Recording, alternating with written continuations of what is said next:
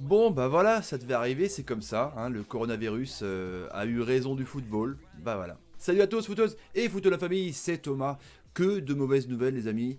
Alors hier, on a vibré, hein, évidemment, et le lendemain, patatras, on apprend globalement que la C1, la C3, que les joueurs sont en quarantaine, que c'est le sbulls total, que le football va complètement s'arrêter, comme le monde du sport, clairement, les amis. Donc on va parler de ça dans la vidéo. Évidemment, la vidéo est sponsorisée par OneFootball, première application mondiale de football gratuite et téléchargeable sur iOS et Android, les amis. Le lien est en description. Justement, on va prendre des articles de OneFootball pour un petit peu étayer mes propos, les amis. Donc, vous avez un fil conducteur hein, sur le coronavirus, sur OneFootball, c'est bien foutu en tout cas. Donc, l'UEFA veut reporter l'Euro 2020 et suspendre la C3 et la C1. C'est pas des voitures, les amis, évidemment. Il y a Ronaldo qui est en quarantaine aussi, on va parler de ça. Donc, l'équipe annonce cet après-midi réunion d'urgence mardi prochain pour décréter ou non si on arrête la Champions League ou l'Europa League ou pas. Je pense que oui, il n'y a pas de secret non plus à se donner, il n'y aura pas une révolution, hein, un remède d'ici ce week-end. En tout cas, donc, Paris, bravo à vous hier, mais ça sert à rien en gros parce que ça va être suspendu. Suspendu, le terme veut dire pour moi annulé, parce que en gros si tu suspends pour un mois, tu décales tout d'un mois. On est qu'au 8e de finale, allez les amis. Donc il faut quand même que le mec se repose. Donc on arrive à avril pour la 8e de finale, donc tu débordes jusqu'en mai. Du coup, admettons l'euro est maintenu, du coup c'est mort parce que l'euro démarre le 12 juin, donc le temps que les joueurs se reposent, ça va empiéter sur les finales, enfin c'est mort quoi, c'est mort, les championnats sont morts, enfin c'est n'importe quoi. Donc en fait elle est annulée, mais jusqu'à quand? C'est ça qui est ouf. Et même si c'est, admettons c'est fait l'été par exemple, ce serait pas mal, comme ça on aura quelque chose à faire, hein. Et donc l'été, eh ben, ça empiétera aussi sur la saison des clubs. C'est pas possible. De toute façon, l'euro, lui, c'est l'année prochaine. Bah, à la limite, ça, c'est pas trop grave, tu vas me dire. Parce que fallait pas faire un euro sans supporters. J'avais peur que l'euro soit maintenu sans supporters. Aucun intérêt. Aucun intérêt. Le but, c'est de faire la fête, se retrouver, partager des moments, découvrir d'autres cultures, tout ça. Enfin, il n'y a aucun intérêt, quoi. Donc là, la bonne nouvelle, c'est que ça va être dépassé l'année prochaine. Les JO, je sais pas, peut-être 2 ans en arrière. Ça décale tout. Le monde du sport, là, s'arrête, hein. Rudy Gobert, la NBA suspendue direct, mais le soir même.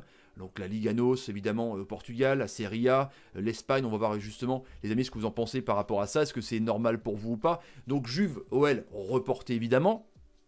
Voilà, parce que la Juve, l'Italie est complètement pour le coup en quarantaine. Et Cristiano Ronaldo est placé en quarantaine à Madère. Il est parti voir sa maman malade, mais il a été en contact avec Rugani, hein, le joueur qui lui a contracté le Covid-19.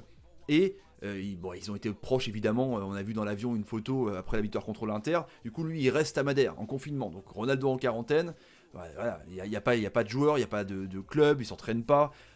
C'est des trucs de ouf. Donc officiel Juve OL reporté les amis, ça c'est clair. Donc ce qui est un petit peu bizarre, c'est que la grippe tue beaucoup plus tous les ans. Donc en fait, il faudrait globalement arrêter de novembre à mars-avril le sport, quoi, tu vois.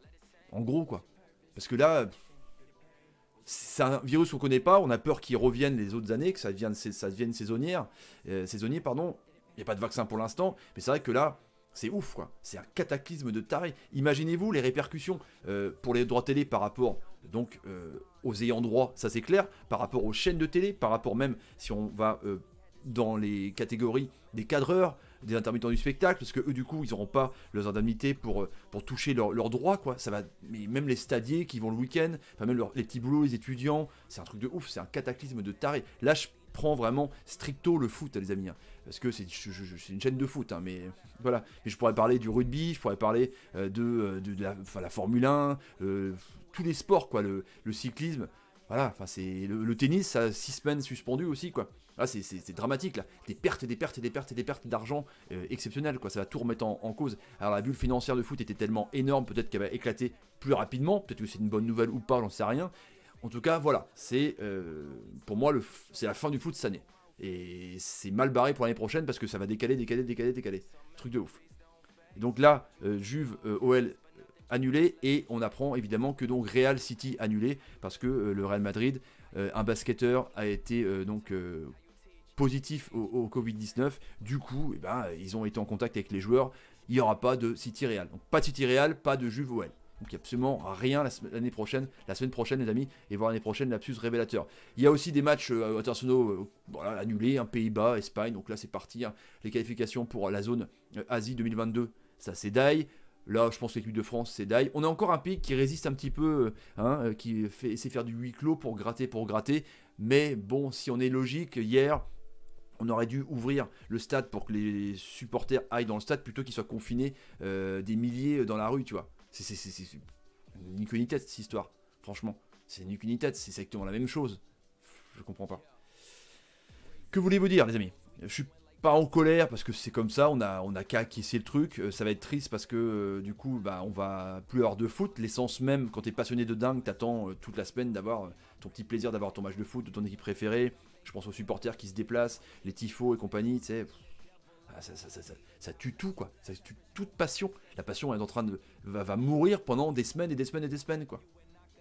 Parce que là, par bribes, on apprend reporté, huis clos reporté, là suspendu, mais bon, c'est annulé, quoi. Quand tu vois ce que font les autres pays, c'est annulé. Faut arrêter de se voler la face, les amis.